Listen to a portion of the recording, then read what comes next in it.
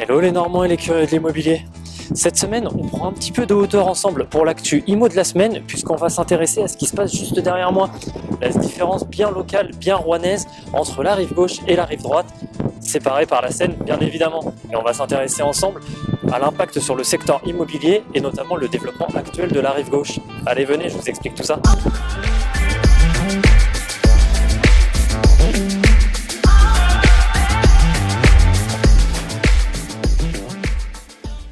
Et oui, cette fameuse distinction très bien connue des Rouennais. D'un côté la rive droite, de l'autre la rive gauche. Effectivement, la Seine sépare Rouen en deux. Alors, même si vous n'êtes pas Rouennais ou si vous êtes nouveau sur notre secteur, vous inquiétez pas, vous allez très rapidement prendre conscience de l'importance de cette distinction sur Rouen et ses alentours. Et cette distinction, elle joue un rôle de plus en plus important dans le secteur de l'immobilier. Évidemment, d'un côté, on a le secteur dit rive droite, un secteur historiquement prisé, un secteur historiquement riche en termes de culture, de monuments, d'événements, de lieux de vie. On pense notamment aux nombreux restaurants, aux nombreux bars, évidemment hors période de Covid, malheureusement. Mais tout un secteur dynamique, mais qui sur le secteur immobilier tend à avoir des tarifs et des prix au mètre carré qui sont toujours plus importants. On pense notamment à des secteurs comme le secteur de la gare de Rouen, de la cathédrale de Rouen ou encore les villes limitrophes comme Bois-Guillaume ou Mont-Saint-Aignan. Et de l'autre côté, on a un secteur dit de la rive gauche historiquement bien plus populaire avec des prix sur le domaine de l'immobilier bien plus attractifs et bien plus abordables. C'est donc le premier point qui rend l'attractivité aujourd'hui du secteur de la rive gauche toujours plus grandissant, c'est le budget. Puisque aujourd'hui, on peut devenir propriétaire un peu plus facilement et avec un budget un peu plus raisonnable que sur la rive droite.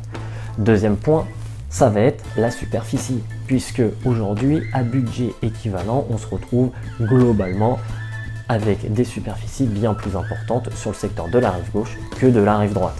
Et autre point, c'est une conséquence inattendue des dernières années, on pense notamment au confinement, la possibilité notamment d'avoir un extérieur sur la rive gauche bien plus accessible que sur la rive droite. C'est tout un tas d'éléments qui rend aujourd'hui le secteur de la rive gauche attractif, mais ce ne sont pas les seuls. Aujourd'hui, nos pouvoirs politiques tendent à rendre cette attractivité de la rive gauche bien plus conséquente. On pense notamment à l'accessibilité. De nombreux transports en commun sont mis en place sur le secteur de la rive gauche.